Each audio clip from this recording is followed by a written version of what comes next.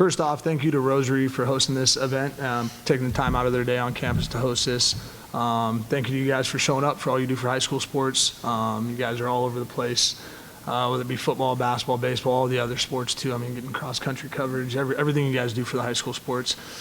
Thank you to all the other coaches and athletes in the league. Obviously, this league wouldn't be what it is if it wasn't for primarily athletes, and then secondly, the coaches. Just very excited about our group this year.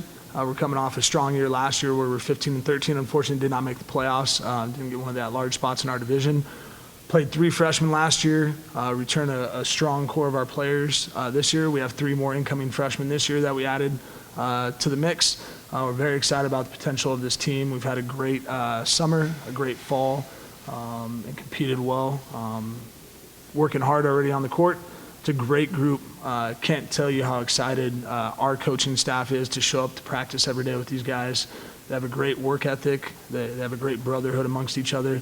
They really embody what it means to be a Servite Friar, both on and off the court, through their grit, their toughness, their selflessness, and everything they do. It's a fun group in the locker room. We have a great coaching staff that I'm blessed to have, very knowledgeable, but at the same time, they're great men who, first and foremost, our job is to not only develop great basketball players, but most importantly is to develop great men.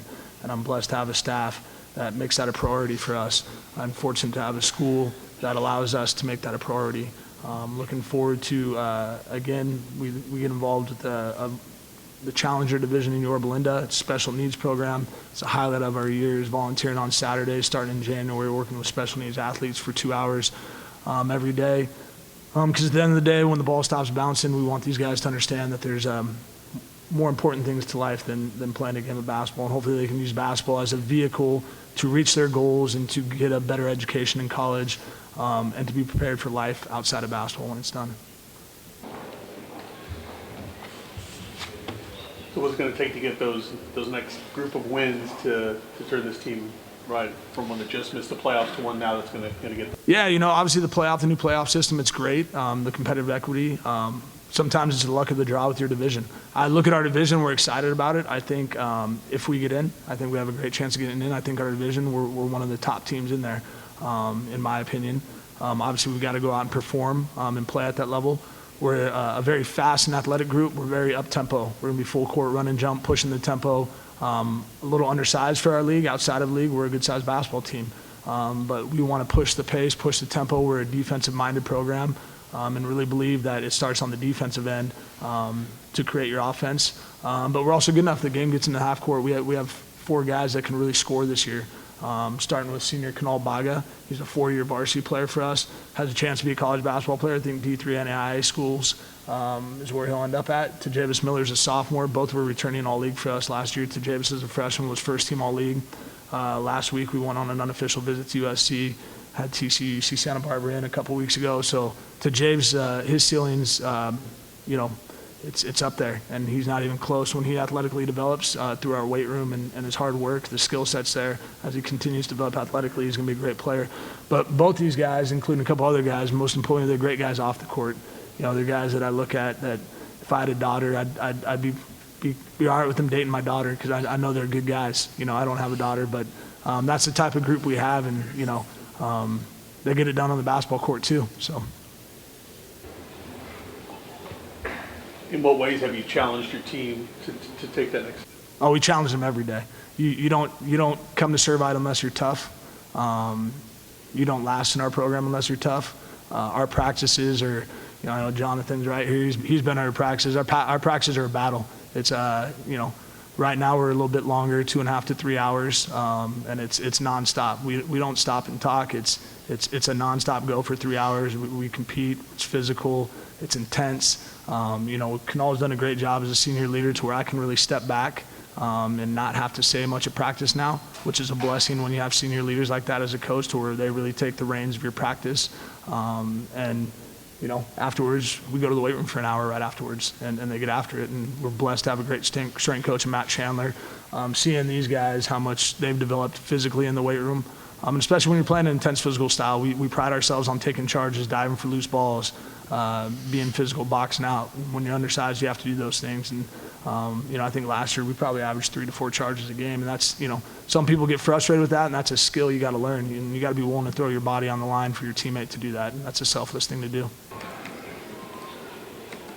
Well, obviously you're used to those kind of practices. What's it like to see the young guys come in and try to adjust to that kind of a breakneck speed and maybe the mental challenge as well of being inside a practice like that?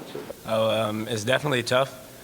We just had a freshman that when we practiced on our first day, he was over there limping around and stuff because such a grueling and hard practice that we had. But that's when like the senior leaders, me, Tajavis, we also have Andrew Cook, which will like start picking each other up. But that's like within our whole like program. That's our culture, that we're just bringing each other up.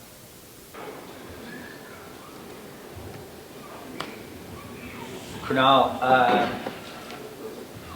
with the your tallest guy here is like 6'5", it's a pretty tall league, yeah? Oh, yeah. So, in your mind, what are the things that you're going to have to establish as soon as you walk out on the floor when you play somebody that's... We're the underdogs. That's all I got to say. Yep. And then we just got to get all the little things right. Our 50-50 balls have to always be there. We got to take charges. We got to box out. We got to limit their possessions to 1. And we just got to do as much as we can on the offensive end because we're a defensive-minded program, so we pride ourselves on our defense creating our offense. Coach, last season you mentioned how you just missed the playoffs. In your eyes, what's it going to take this year to, and I don't mean effort and X's and O's, but what record-wise do you think it'll take to get it? Yeah, again, it comes down to it's honestly a crapshoot when it comes to the division as far as being a large team. If you look, if we were in any other division except I think we were 3AA last year, we're in the playoffs. Because you're above 500, there's open spots, brackets weren't filled. Our division, we just had a plethora of teams. Obviously the first step is the requirement is to be above 500. Going back to playing 10 league games, that just increases the value to those 18 games we play out of league. And also, I think we have a chance with this group to win more league games than we've done. This group honestly reminds me is about 5-6 years ago we made the semifinals with a great group of kids, Neil Pawu, Trevor Trinan. He's one of the best players. Trevor Trinan, his name's on the wall up there, so is Neil. But Trevor, we're fortunate. He just got done playing at Biola. He's back coaching this year with us. He's trying to play overseas in Japan. So until that happens, he'll be on our staff. And I think he's going to be a valuable asset because he's a guy who's been through the trenches with us.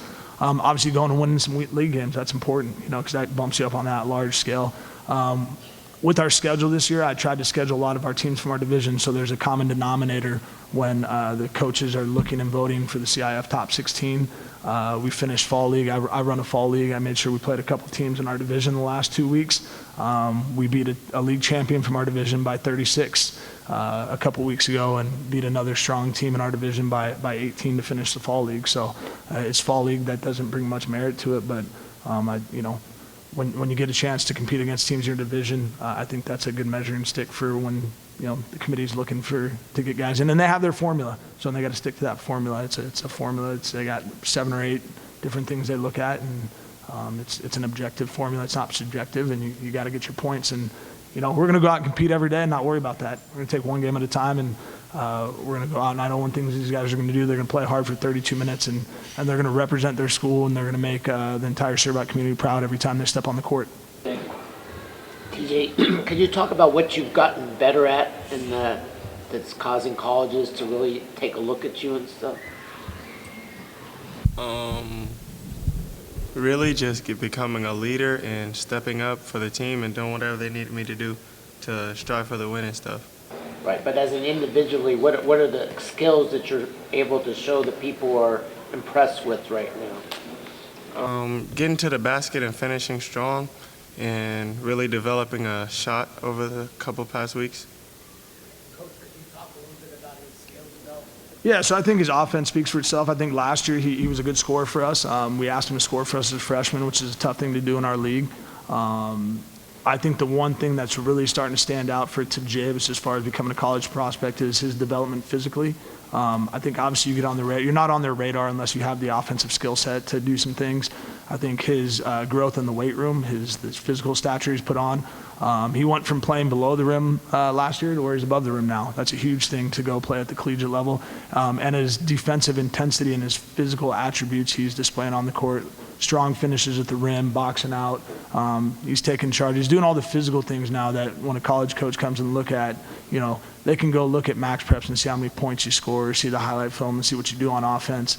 They want to see how do you handle adversity. And the one thing he's grown up a lot on is when it doesn't go his way, he's been a great teammate. And then I think he's taken pride in his defense, and we've challenged him that's the side of the court where he really needed to improve on in the offseason, and he's taken great pride in that and being more physical on both ends of the court. Thank you. Coach, let me know if I'm overstating a little bit, but are you hoping to turn most games into a track meet and run most teams? Yeah, it's got to be a track meet, as you see from our size. Obviously, you look at Jay Saragees. We don't want that thing in the half court. You got Coach Dunn talking about wanting to hammer the ball in the post. We want to keep that thing up and down and be a track meet. That's how we practice. We take pride in it. Our first 35 minutes, we have a transition series that we do for 35 minutes. It mimics 32 minutes of a game, and it's nonstop 32 minutes of up and down. And we want to take pride with how conditioned we are, the weight room.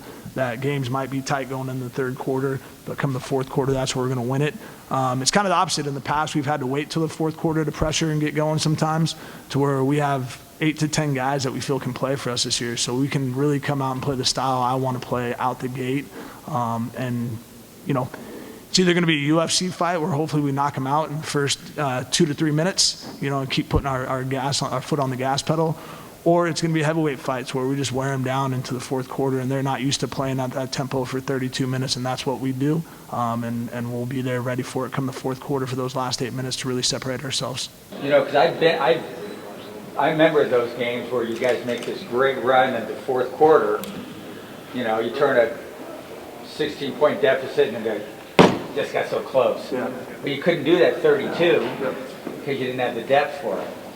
And now we got You just worn dudes out. Yeah, and now we got and we're excited about it. So, that's why I got a big smile on my face right now. We're excited. I mean, our coaches are excited every day to get on the court. It's a great. We do, yeah. Now the one thing we got is, hopefully our football team is going for a long time, but we got 5 guys in football. So, and that's great. That's the one thing we pride on is we have a kid in water polo that we're getting to. That's 6 guys that play a sport in the fall. But with that being said, I think, obviously it's summer and fall, but we've won 17 in a row, without those guys. So we'll be fine without them until they get there. Hopefully our football team's having a hell of a run come playoffs and, gets a great draw in the first round of D1, which I think is where they're headed. So with that bye, we're not getting them for 2 weeks at least, right? So they got that first round bye with the 18 bracket. So let's say football loses that first round, we're not getting them until Saturday before our first game. So hopefully they don't lose that first round game, and it's probably going to be a Trinity rematch in that semifinals with somebody. But yeah. Kunal and Tajavis, who of the football players, a few of them here, well recognizable names, who are the best basketball players among these football players in your mind?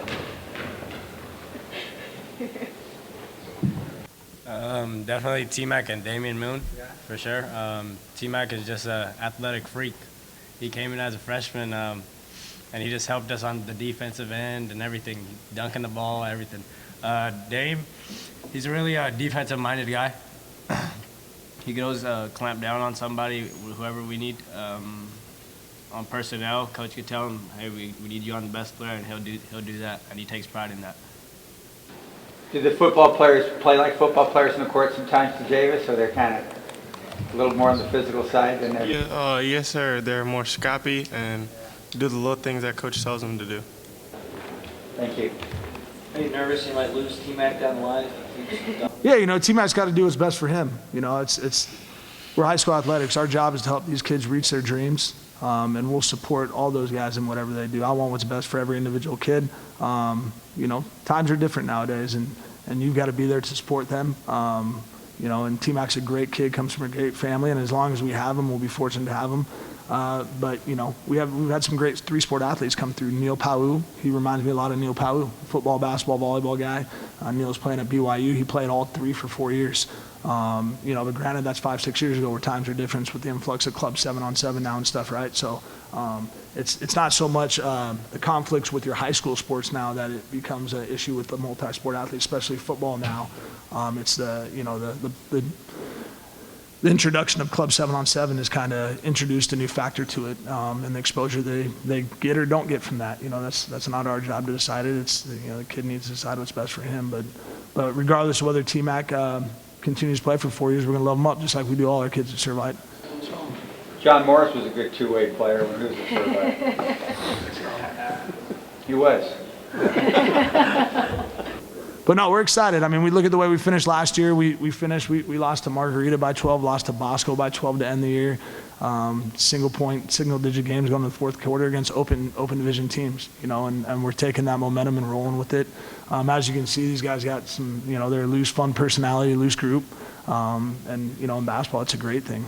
Is Nicholas Jayco as intense in the basketball court as his dad is in everyday life? Yeah. So Nick is one of those, definitely your physical football player, where Dame and T-Mac have a skill set on the basketball court, So to add on to what they were saying about your question about them just being football guys on the court, Dame and T-Mac are hoopers, So they play football as well, but they're hoopers. If they invested their time into being a basketball player, they'd be high-level basketball guys. So they're more than just a football player playing now. We got a couple other football guys that their job is just to go out there and be physical and play defense. And if we need them to go out there, they're going to play a minute of defense and don't shoot the ball. So, and when we sub you back out, be a great teammate on the bench. So, not naming names. So. I already did. These kids are in football shape. How long will it take to get them into basketball? Yeah, that's a hard part, But fortunately, in the past, the football guys we've had, we've needed them to play right away. Like I said, with this group right here playing against some very good competition to finish summer and fall, they've won 17 in a row without those football guys. Granted, that's not Trinity League level competition, but those football guys, I think T-Mac and Dame especially, they just need to be ready come Trinity League for us to win some Trinity League games. We'll be fine with the guys we have right now getting there, but they definitely give us a chance to win a few more Trinity League games than we would without them. Thanks. Okay, we're all good? Yeah, thank you. Okay, gentlemen, do you have any last second things you want to say? Any final thoughts? We're just focused on growing. So day to day, we're just doing as much as we can to become a better team. That's it. Thanks, fellas.